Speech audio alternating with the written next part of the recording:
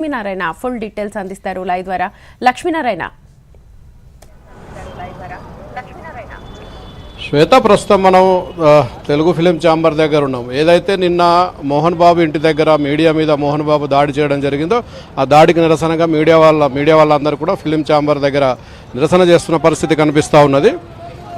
ఏదైతే ఈ ఘటనకు సంబంధించి ప్రస్తుతం మోహన్ బాబు కాంటినెంటల్ ఆసుపత్రిలో ఉన్న పరిస్థితి మనకు తెలిసిందే. కాంటినెంటల్ ఆసుపత్రి నుంచి రాచకొండ కమిషనర్ దగ్గరికి వెళ్తారా, లేకపోతే పోలీసులే మోహన్ బాబు దగ్గరికి వచ్చి స్టేట్మెంట్ తీసుకుంటారా అనేది వేచి చూడాల్సిన పరిస్థితి. నిన్న అయితే కాంటినెంటల్ హాస్పిటల్లో జాయిన్ అయినటువంటి మోహన్ బాబు పోలీసులు ఆయనను విచారణ కోసం ఆయనకు నోటీసులు జారీ చేయడం జరిగింది, రమ్మని చెప్పి. సో మనోజ్కు, విష్ణుకు, మోహన్ బాబుకు ముగ్గురికి కూడా నోటీసులు ఇచ్చారు. వాళ్ళ దగ్గర ఉన్నటువంటి గన్స్ను కూడా వెనక్కి తీసుకోమని చెప్పారు. వాళ్ళ దగ్గర ఉన్న ప్రైవేటు సెక్యూరిటీని కూడా వెనక్కి తీసుకోమని చెప్పారు. ఈ నేపథ్యంలోనే మీడియా మీద దాడి జరిగిన నేపథ్యంలో ప్రస్తుతం రాష్ట్ర వ్యాప్తంగా కూడా జర్నలిస్టులందరూ నిరసన వ్యక్తం చేస్తున్న పరిస్థితి కనిపిస్తూ ఉంది. మనం ప్రస్తుతం ఫిలిం ఛాంబర్ దగ్గర చూసుకోవచ్చు. ఫిలిం ఛాంబర్ దగ్గర జర్నలిస్ట్ సంఘాలన్నీ కూడా ఆందోళన చేస్తున్న పరిస్థితి కనిపిస్తూ ఉన్నది. వేచి చూడాల్సిన పరిస్థితి. కాంటినెంటల్ ఆసుపత్రిలో ఉన్నటువంటి మోహన్ బాబు కమిషనర్ దగ్గరికి వెళ్తారా, లేకపోతే పోలీసులు కమిషనర్ దగ్గరికి మోహన్ బాబు దగ్గరికి వచ్చి స్టేట్మెంట్ తీసుకుంటారా అనేది వేచి చూడాల్సిన పరిస్థితి. శ్వేత. రైట్.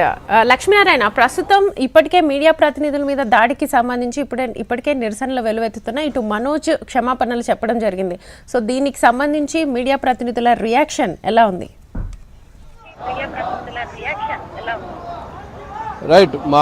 ప్రధానంగా మనోజు పరిస్థితి చూసుకున్నట్లయితే కనుక సాయంత్రం ప్రెస్ మీట్ పెట్టి చెప్పే పరిస్థితి కూడా కనిపిస్తూ ఉంది.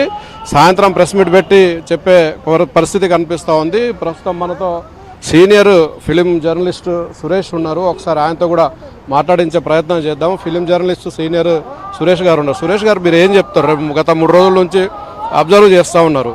మీకు మోహన్ బాబు బాగా దగ్గర కూడా పరిచయం. ఏమనిపిస్తుంది మీకు ఈ వ్యవహారం అంతా చూస్తుంటే? అంటే ఆయన మోస్ట్ డిసిప్లైన్డ్ యాక్టర్ ఫిల్మ్ ఇండస్ట్రీలో. అటువంటి నటుడింట్లోనే ఇటువంటి వివాదాలు రావడం దాన్ని ఏమంటారంటే చాలా సాడ్ థింగ్ అది. కానీ ఈ 3 రోజుల నుండి అసలు ఒక సెలబ్రిటీ అన్నాక ఆయన కవర్ చేస్తారు మీడియా వాళ్ళు వెళ్ళి. సెలబ్రిటీ ఇదే మోహన్ బాబునే కాదు, ఏ సెలబ్రిటీకి ఎటువంటిది ఏం జరిగినా కూడా మీడియా వాళ్ళు ముందుండి కవర్ చేస్తారు, ప్రజలకు చెప్తారు. అటువంటిది కవర్ చేస్తున్న మీడియా వాళ్ళపై మోహన్ బాబు అలా చెయ్యి చేసుకోవడం అన్నది అసలు ముక్తకంఠంతో అందరూ ఖండించాలి. ఆయన మరి ఎందుకు అలా చేశాడు, ఎందుకు మీడియా మీద అలా ప్రవర్తించాడు అన్నది ఆయనకే తెలియాలి.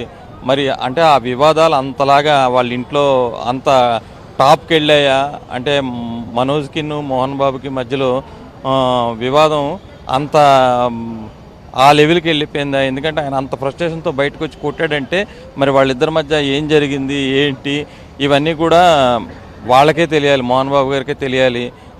మోహన్ బాబు గారు చాలా సీనియర్ ఆర్టిస్టు, ఎన్నో ఏళ్ళ నుండి పరిశ్రమలో ఉన్నాడు. అటువంటి మోహన్ బాబు మరి ఇట్లా మీడియా మీద ఎందుకు దాడి చేశాడు అన్నది నిజంగా ఆశ్చర్యంగానే ఉంది. జనరల్గా ఆయన కోపం ఉంటుంది కానీ ఇంతలాగా ఎప్పుడు ప్రవర్తించలేదు. ఈసారి ఎందుకు ప్రవర్తించాడు అన్నది అది అర్థం కావట్లేదు. సురేష్ గారు, నిన్న మోహన్ బాబు గారు ఒక ఆడియో రిలీజ్ చేస్తూ దాంట్లో యూనివర్సిటీకి సంబంధించి మాట్లాడడం జరిగింది. ఆస్తుల గొడవకు సంబంధించి అంటే మనం ఆస్తుల గొడవనే అనుకోవాలా ఈ వ్యవహారం మొత్తం? అదే అనిపిస్తుంది, ఆస్తుల గొడవ. ఎందుకంటే అందులో ఒక చిన్న పాయింట్ ఉంది మీకు మోహన్ బాబు గారు ఆడియో దీంట్లో. యూనివర్సిటీ అన్నకు వదిలేస్తానన్నావు కదరా, నువ్వు నటనలో చేసుకుంటానన్నావు కదా అని అన్నాడు ఆయన. దాని మీద ఏమైనా ఉండొచ్చు అని నాకు వ్యక్తిగతంగా అనిపిస్తుంది. ఎందుకంటే ఎన్నున్నా కూడా యూనివర్సిటీ అన్నది రెవెన్యూ సోర్సు, మీకు రెవెన్యూ దాని మీదే వచ్చేది, యూనివర్సిటీ మీదే. మరి ఈయన మొదట్లో వదిలేసిన ఇప్పుడు మనోజ్ కూడా చాలా సందర్భాల్లో నాకు ఆ లెక్కలు అవి తెలీదు, అన్నే చూసుకుంటున్నాడు, నాకు దాని మీద అంత ఇంట్రెస్ట్ లేదు అన్నట్టుగానే చెప్పుకొచ్చాడు. ఈయన యాక్టింగ్ మీదే ఎక్కువ కాన్సన్ట్రేట్ చేస్తున్నాను అన్నట్టుగా చెప్పుకొచ్చాడు. మరి సడన్గా ఇప్పుడు మోహన్ బాబు గారు యూనివర్సిటీ ప్రస్తావన కూడా ఆడియోలో తీసుకురావడం వల్ల ఈయన ఏమైనా యూనివర్సిటీలో మరి దాంట్లో నేను కూడా ఉన్నానని అన్నాడో మరి అవి అన్నీ కూడా మనం ఇవంతా ఊహాజనితమే. కానీ ఆయన ఆడియో దీన్ని బట్టి ఈయన మనోజ్ యూనివర్సిటీలో కూడా భాగం అడిగి ఉండొచ్చు అని అనిపిస్తోంది. మరి అది ఎంతవరకు నిజం ఎంతవరకు అబద్ధం ఉన్నది వాళ్ళకే తెలియాలి. అయితే ఏది ఏమైనా కూడా ఇన్ని రోజులు ఇలా తమ కుటుంబాన్ని వీధుల పాలు చేసుకోవడం పద్ధతి కాదు. వాళ్ళు తొందరగా వాళ్ళ సమస్యను పరిష్కరిస్తే బాగుంటుంది, వాళ్ళకి బాగుంటుంది, బయట చూసే ప్రజలకు కూడా అది కొంచెం అసందర్భంగా ఉంటుంది. ఒక డిసిప్లిన్డ్ పర్సన్ ఇంట్లో ఏంటి ఇట్లా మోహన్ బాబు గారి కొడుకుల మీద ఆధిపత్యం లేదా, ఆయన ఏం కంట్రోల్ లేకుండా పోయిందా మోహన్ బాబు గారికి, ఎందుకైనా కొడుకుల్ని కంట్రోల్ చేయలేకపోతున్నాడు, ఇవన్నీ కూడా ఇంకా ప్రజలు రకరకాలుగా మాట్లాడుకుంటారు. అందుకని ఆయన ఎంత తొందరగా దీనికి ఫుల్ స్టాప్ పెడితే అంత మంచిదని నా వ్యక్తిగత అభిప్రాయం.